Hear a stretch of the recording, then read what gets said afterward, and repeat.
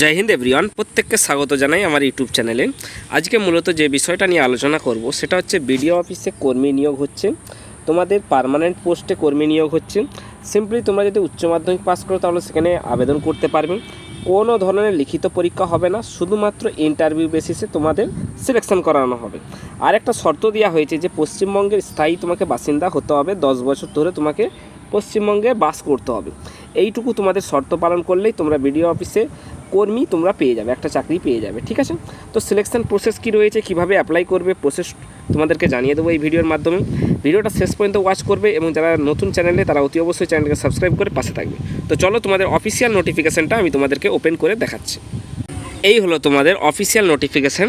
সর্বপ্রথম এখানে eligibility criteria কী রাখা হয়েছে সেটা দেখে নাও। দেখো, ফার্স্ট অফ অল 1 নম্বর পয়েন্টে যেটা উল্লেখ করেছে, অ্যাকাডেমিক কোয়ালিফিকেশান তোমাদের 12 পাস থাকতে হবে আর ইকুইভ্যালেন্ট থাকতে হবে, অর্থাৎ উচ্চ মাধ্যমিক তোমাকে পাস করে থাকতে হবে। নেক্সট 2 নম্বর যেটা বলেছে, age 18 years completed or more as on 1/1/2026, অর্থাৎ 2026-এর জানুয়ারি মাসের 1 তারিখের মধ্যে তোমার 18 বছর কমপ্লিট হয়ে যেতে হবে, অর্থাৎ 18 বছরের ঊর্ধ্বেই তোমরা এখানে অ্যাপ্লাই করতে পারবে। যারা মাইনর 18 বছরের নিচে তারা এখানে অ্যাপ্লাই করতে পারবে না।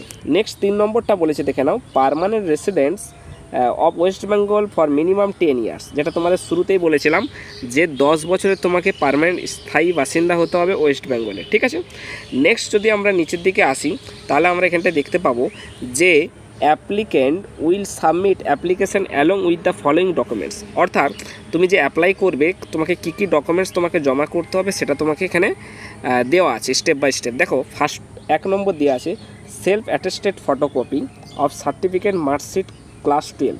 দেখো, তোমাকে সর্বপ্রথম মার্কশিট অথবা সার্টিফিকেট তোমাকে জমা করতে হবে, ওয়েস্ট বেঙ্গল বোর্ডের যেটা আন্ডারে রয়েছে সেটা তোমাকে জমা করতে হবে। নেক্সট তোমার self attested photocopy of birth certificate অথবা অ্যাডমিট কার্ড, যেটা তুমি সেকেন্ডারি এক্সামিনেশান প্রুফ, আচ্ছা যেটা তুমি 10th পাসের অ্যাডমিট কার্ড যেটা রয়েছে সেখানে তোমার ডেট অফ বার্থ লেখা আছে, সেইটা তোমাকে অ্যাডমিট কার্ডটা জমা করতে হবে, অর্থাৎ জেরক্স দিতে হবে।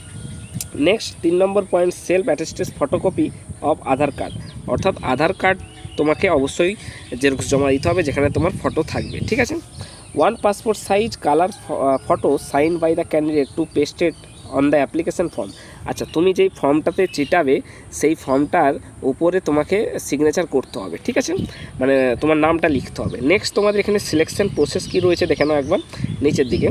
দেখো, সিলেকশন প্রসেসে তোমাদের সিম্পলি রয়েছে 1 নম্বর based on academic qualification and interview, অর্থাৎ তোমাকে একাডেমিক কোয়ালিফিকেশান অর্থাৎ 12-এ ইয়া 10তে তোমার কত নাম্বার পেয়েছো তার বেসিসে তোমার সিলেকশন হবে এবং তোমাকে ইন্টারভিউ তোমাকে দিতে হবে যেটা 5 নাম্বারে থাকবে। আমি একটু তোমাদেরকে ভালো করে নিচের দিকটা বুঝিয়ে দিচ্ছি। দেখো, একাডেমিক তোমাদের লেখা আছে 45 মার্কস, অর্থাৎ তুমি 10th আর 12-এ যা মার্কস পেয়েছো সেটা নিয়ে তোমাদের 45 মার্কস দেবে, বোর্ড দেবে, এবং ইন্টারভিউ তোমাকে 5 মার্কসের দিতে হবে। টোটাল 50 মার্কসের তোমাদের এখানে নাম্বার থাকবে। তোমাকে কোনো লিখিত পরীক্ষা দিতে হচ্ছে না, শুধুমাত্র ইন্টারভিউ দিতে হচ্ছে এবং তোমার যে কোয়ালিফিকেশানটি রয়েছে সেটা তোমাকে জমা করতে হচ্ছে, তার ভিত্তিতে তোমার এখানে সিলেকশন হয়ে যাচ্ছে। এরপর আমরা যদি নিচের দিকে আসি যে তোমরা কোন কোন ক্লাস থেকে কত নাম্বার তোমাদের এখানে নেওয়া হবে। দেখো, আন্ডার অ্যাকাডেমিক মার্কস অর্থাৎ অ্যাকাডেমিক কোয়ালিফিকেশান থেকে কত কত নাম্বার পাবে। For class 10 pass maximum marks is 10, অর্থাৎ ক্লাস 10 পাসে তোমাকে 10 নাম্বার দেওয়া হবে। এবার তোমার যেটা পার্সেন্টেজ থাকবে দেখতে পাচ্ছ 10 ডিভাইডেড বাই 100 ইন্টু এক্স, অর্থাৎ x percentage and N marks obtain out of 10, আচ্ছা 10-এর মধ্যে তোমাকে কত দেবে তারা সেটাকে বার করে ওয়েটেজে বার করে তোমাকে দেবে 10-এর মধ্যে। ঠিক আছে, 10th পাসে। এবার যারা ক্লাস 12 পাস করে আছো তাদের জন্য 35 মার্কস, এবার 35 মার্কসের মধ্যে তোমাকে কত দেবে সেটা বোর্ডের উপর নির্ভর করছে। তাহলে তোমাদের ক্লাস 12 পাসে 35 মার্কস এবং ক্লাস 10th পাসে 10 মার্কস, টোটাল 45 মার্কসের তোমাকে এখানে একাডেমিক কোয়ালিফিকেশান আছে। আর আমি তোমাদেরকে নিয়ে আসছি যে অ্যাপ্লিকেশান ফর্মটা তোমরা কিভাবে পূরণ করে জমা দেবে বিডিও অফিসে। দেখে নাও, সর্বপ্রথম তোমরা paste your sign recent passport size photo colour, তোমরা একটা পাসপোর্ট সাইজের কালার ফটোগ্রাফ তোমরা এখানে চেটাবে এবং তার সাইন করবে। ঠিক আছে, also submit 1 sign extra copy of the same photo. ঠিক আছে, তোমরা একটা সাইন এখানটায় করা ফটোতে তোমরা এখানে চেটাবে। নেক্সট এখানটায় তোমাদের কিছু লেখার নাই, এটা ফর অফিস ইউজ অনলি, অর্থাৎ অফিসের স্টাফরা তোমাকে এটা ইউজ করবে, এটা তোমাকে কিছু লিখতে হবে না। ডেটটা তুমি এখানে বসিয়ে দিবে যেই ডেটে জমা করছো। নেক্সট নিচের দিকে আসবে first name in block letters অর্থাৎ তোমার পুরো নামটা তুমি ক্যাপিটাল অক্ষরে লিখবে, অর্থাৎ বড় অক্ষরে। লাস্ট নেম, ফার্স্ট নেম থাকলে লিখবে, লাস্ট নেম থাকলে লিখবে, ঠিক আছে। নেক্সট তোমার নেম অফ ফাদার বা মাদার বা স্পাউস, অর্থাৎ ফাদারের নাম লিখবে, মাদারের নাম লিখতে পারো, স্পাউস মানে স্বামী বা স্ত্রীর নাম লিখতে পারো, ঠিক আছে।